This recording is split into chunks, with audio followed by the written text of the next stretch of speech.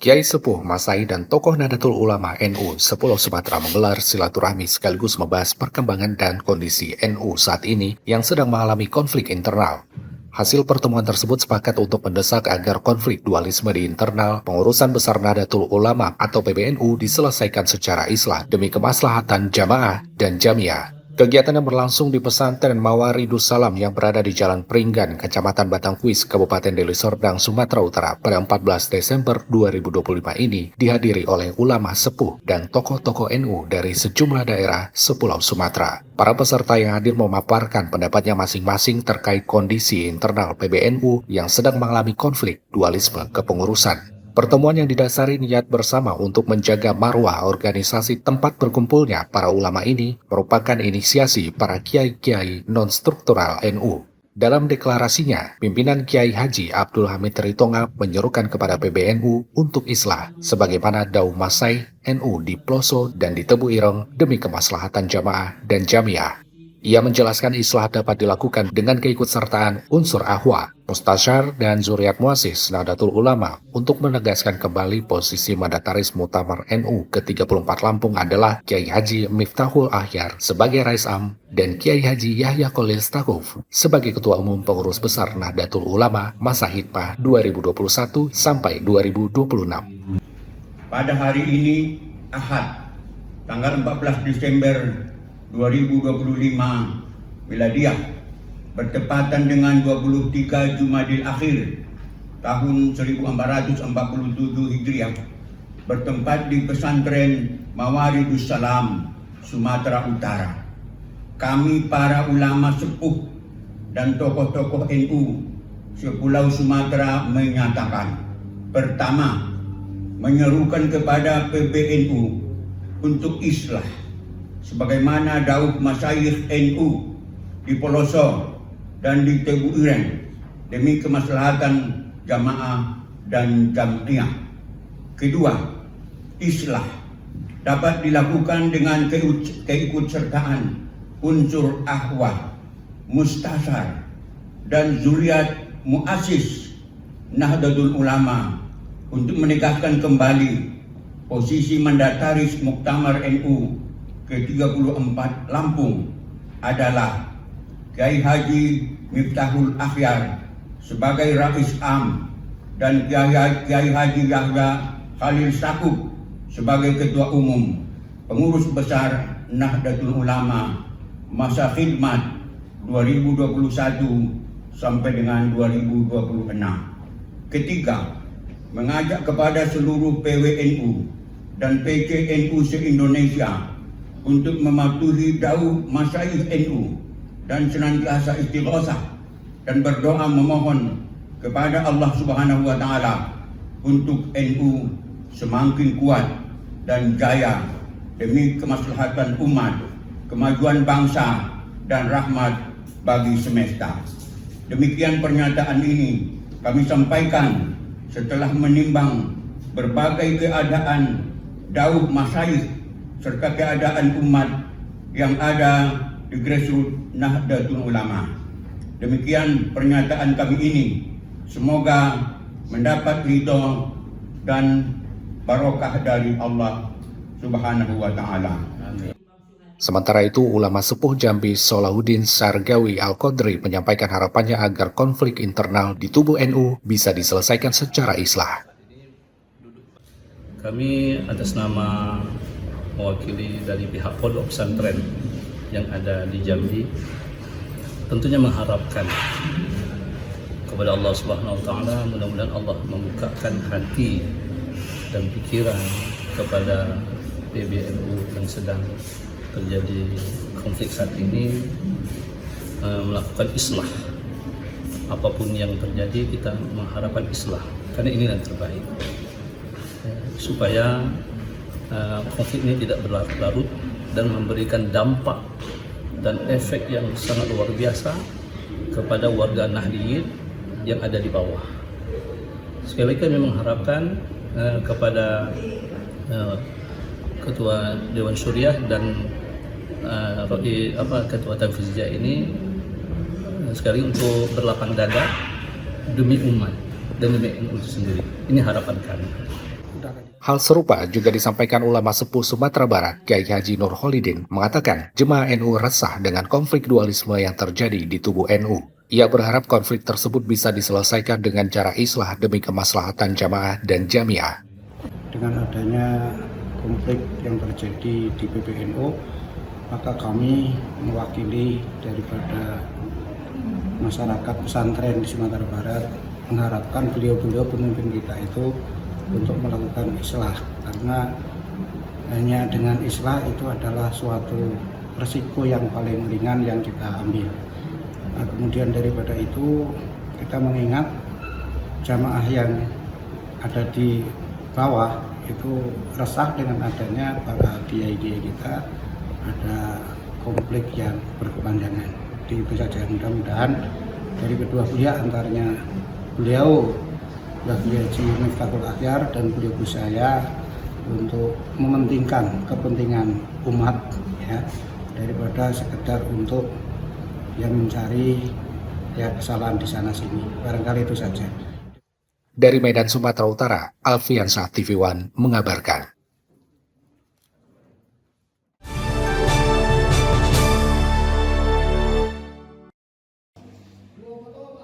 Keluarga besar Parsadaan Toga Manurung Dohod Boruna atau Patambor sukses melaksanakan kegiatan Natal dan sekaligus pelantikan Patambor masa bakti tahun 2025 hingga 2030. Dalam kegiatan ini turut dihadiri oleh Dewan Pengurus Pusat Patambor Indonesia dan Dewan Pengurus Daerah Sumatera Utara.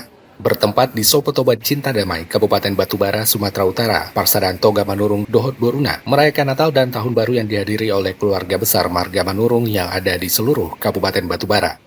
Diawali dengan kebaktian Natal seperti liturgi anak-anak, acara ini juga penuh kemeriahan dan sukacita karena menjadi sejarah baru bagi keluarga besar Manurung karena pelaksanaannya dihadiri oleh artis yang saat ini sedang naik daun seperti Jen Manurung dan Trio Lagos.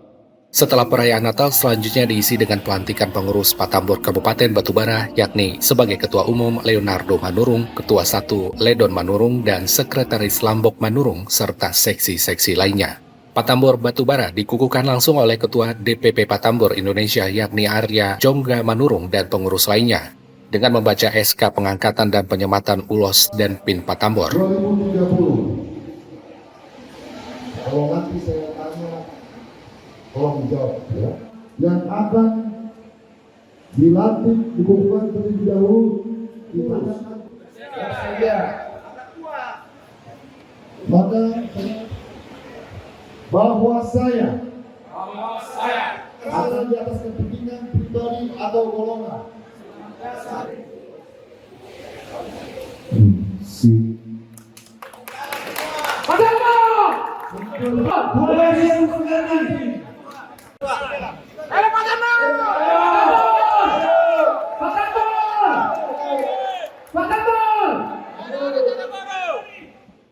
Dalam kesempatan itu, Ketua Patambor Batubara Leonardo Manurung mengatakan akan membawa Patambor Batubara jauh lebih baik dan akan berkolaborasi dengan pemerintah di tengah-tengah masyarakat.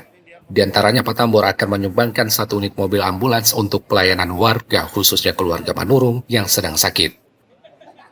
Di desa-desa, Patambor yang ada di desa-desa akan kita bina, dan saya sebagai ketua terpilih akan menyiapkan 1 ambulans khusus Patambor Kabupaten Batubara. Kemudian untuk kerjasama dengan pemerintah dan masyarakat nanti seperti apa? Sesuai dengan pertemuan kita dengan Bupati Batubara, kita siap menjaga Kamtipmas dan menjaga adat istiadat yang ada di Kabupaten Batubara ini. Mungkin ada tambahan? Tambahan ya kepada semua kelompok Patambor Kabupaten Batubara yang belum mengetahui agar bergabung ke Patambor yang ada di desa-desa demi tercapainya global Patambor yang ada di Kabupaten Batubara. Sementara itu, Ketua DPP Patambor Indonesia Arya Jongga Manurung meminta Patambor Batubara dapat menjalankan adatnya dengan baik sehingga berguna di tengah masyarakat. Patambor ini adalah koordinasi Parmarkao. Jadi kami bertugas untuk menghimpun seluruh kemparat opung kami, Toga Raja Manurung se-Indonesia. Supaya kami berhimpun, saling tolong-menolong, saling mengasihi. Itulah tujuan kami mendirikan Patambor. Nah, untuk kondisi Patambor di tengah-tengah masyarakat dan pemerintahan secara nasional seperti apa? Pada prinsipnya kami ingin mendidik Patambor-Patambor muda, tunas-tunas Patambor supaya dapat menjadi manusia-manusia yang baik, yang berguna, bertindak tinggi, berpendidikan tinggi, sehingga dapat tampil di dalam pemerintahan dalam pendidikan untuk membangun Indonesia seperti itu. Acara ini diakhiri hiburan dan puluhan door prize yang disambut hangat oleh keluarga besar Manurung. Dari Batubara, Sumatera Utara, Jasa Manurung TV One mengabarkan.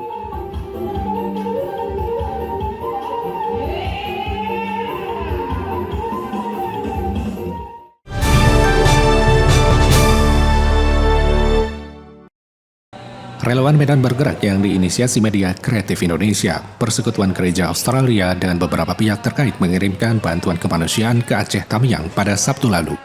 Relawan Medan Bergerak yang terdiri dari Media Kreatif Indonesia, LSM Penjara, Persekutuan Gereja Australia, Hotel Grand Mercure, dan Ikatan Alumni MAN 1 Medan mengirimkan bantuan kemanusiaan ke Aceh Tamiang, salah satu daerah terparah terdampak banjir bandang beberapa waktu lalu. Rombongan berangkat dari Medan menuju Aceh Tamiang bersama 2 tangki air bersih dan 2 mobil box yang berisi sembako dan pakaian layak pakai. General Manager Grand Mercure Rahmat Suwardi mengatakan jika kegiatan ini merupakan inisiasi relawan yang berempati terhadap kondisi para korban banjir bandang di Aceh. Dan kita berkembang kerjasama antara Grand Mercure juga dari komunitas. Untuk itu saya sebagai GM Grand Mercure Medan Angkasa mengucapkan apresiasi setinggi-tingginya Grand Mercure, terkhusus untuk Ibu Clara yang mewakili komunitas Indonesia yang berada di Australia, ya, dari komunitas gereja yang telah sudi kiranya mengulurkan tangan. Ini bukan saja tindakan memberikan donasi, tapi ini adalah suatu kebijakan kemanusiaan, ya, langkah kemanusiaan yang memang tulus. Semoga ini bermanfaat buat keluarga kita yang terdampak banjir di Kuala Simpang. Harapan saya ini kita terus tingkatkan dan bermanfaat buat kita semua. Tim yang bergerak dari Medan langsung menuju ke desa Lubuk Sidup, salah satu desa yang terdampak longsor dan banjir bandang. Di desa ini sedikitnya 200 rumah hancur diterjang banjir bandang. Tidak hanya itu, jembatan penghubung juga ikut terputus tersapu banjir.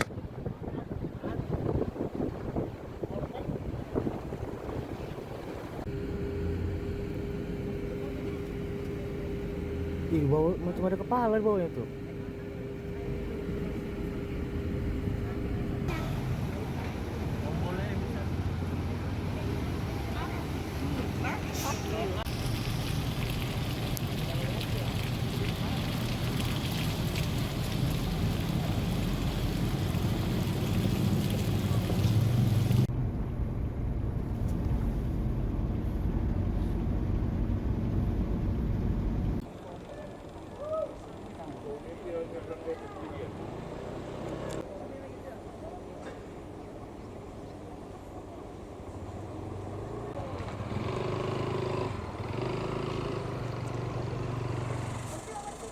Ketua Ikatan Alumni MAN 1 Medan, Ahmad Riyansah Parinduri menjelaskan jika bantuan ini diharapkan bisa mengurangi beban warga Aceh yang terdampak musibah bencana.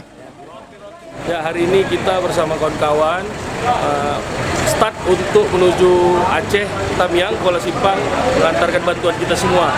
Ini secara bersama-sama sehingga harapannya bisa banyak membantu saudara-saudara kita yang tertimpa musibah di Aceh Tamiang. Berapa banyak Bang bantuan yang mau dikirim? Jumlahnya ada 2 tangki air bersih, kemudian juga ada sembako dan juga pakaian layak guna. Ini kita harapkan bisa bermanfaat untuk kawan-kawan saudara-saudara kita di sini. Relawan kemudian membagikan bantuan kepada warga yang berada di tenda pengungsian di Jembatan Somadam Aceh Tamiang.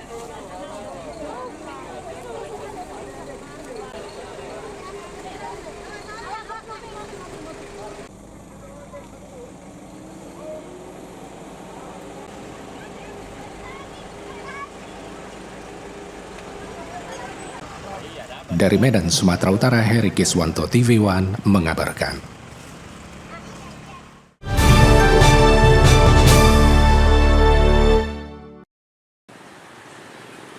DPW Partai Nasdem Sumut terus melanjutkan misi kemanusiaan lewat pengiriman bantuan kepada para korban bencana yang terjadi di Pulau Sumatera. Kali ini Partai Besutan Surya Paloh mengirimkan bantuan ke Aceh Tengah dan Gayo Lues, Provinsi Aceh, yang dilepaskan secara simbolis dari kantor DPW Nasdem Sumatera Utara, Jalan HM Yamin, Kota Medan, Rabu sore.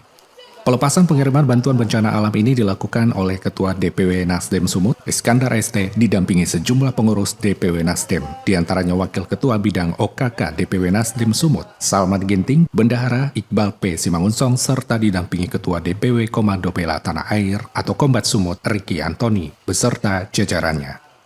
Ketua DPW Nasdem Sumut Iskandar ST mengatakan bantuan ini merupakan tahap kelima yang akan dikirim ke dua tempat yakni Aceh Tengah dan Gayo Lues. Iskandar menyebutkan Partai Nasdem memutuskan untuk mengirimkan bantuan karena masih banyak warga yang terisolasi dan belum mendapatkan bantuan.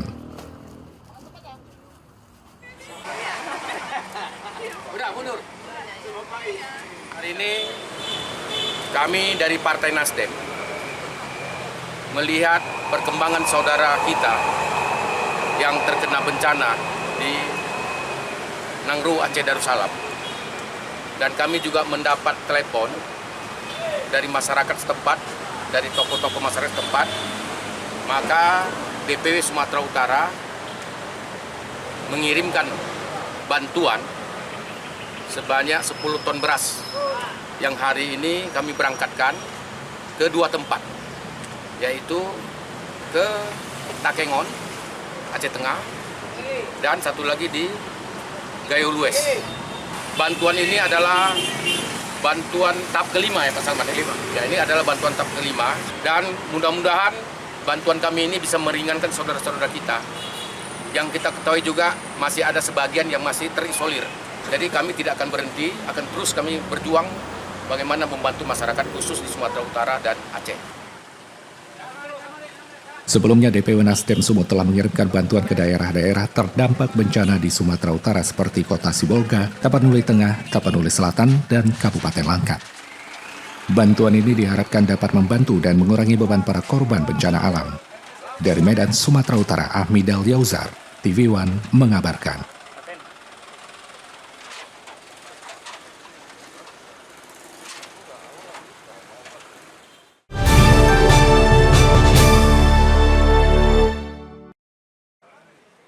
Komando Bela Tanah Air atau Kombat Sumatera Utara mengirimkan puluhan relawan ke lokasi bencana di Provinsi Aceh. Puluhan relawan ini akan ditugaskan untuk membantu warga dalam pembuatan fasilitas publik seperti dapur umum dan sumur bor. Mengingat kebutuhan akan air bersih sangat mendesak untuk para korban bencana.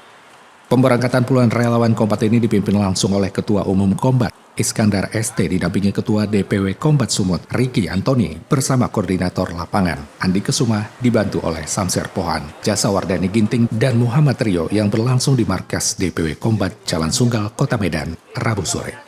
Puluhan relawan membawa berbagai peralatan untuk membuat sumur bor termasuk pompa air dan genset hingga tandon air untuk penampungan air bersih nantinya.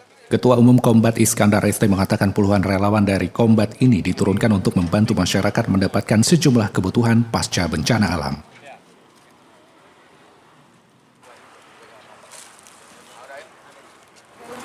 Hari ini Kombat Sumatera Utara mengirimkan beberapa kawan-kawan kita untuk memberikan bantuan kepada saudara-saudara kita di Aceh Tamiang dan Aceh Timur.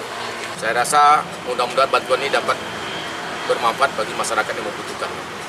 Di antaranya adalah kita memberikan bantuan untuk pasca bencana. Sesuai daripada yang sudah disampaikan oleh Bapak Ketua Umum, Kombat telah menyalurkan 100 ton beras di berbagai titik, juga ribuan paket bahan pangan.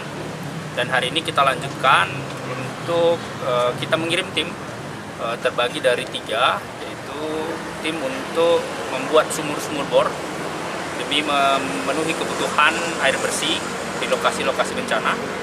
Yang kedua juga kita bentuk tim untuk melakukan pembersihan di fasilitas-fasilitas umum, fasilitas publik. Dan yang ketiga kita juga ada tim untuk membuat dapur umum di lokasi-lokasi yang belum terjangkau atau sulit dijangkau. Jadi ini merupakan komitmen dan bentuk kepedulian, solidaritas kita sesama anak bangsa untuk saudara-saudara kita yang sedang tertimpa musibah.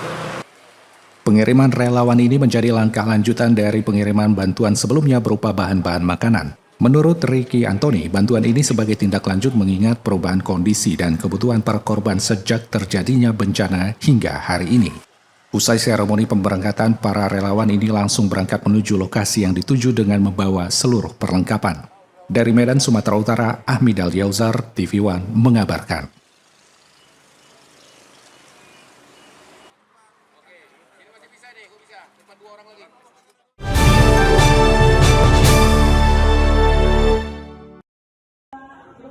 Anggota DPR RI daerah pemilihan Sumatera Selatan 2 dari fraksi Partai Amanat Nasional atau PAN, Iskandar, melakukan kunjungan kerja atau reses ke Kabupaten Empat Lawang.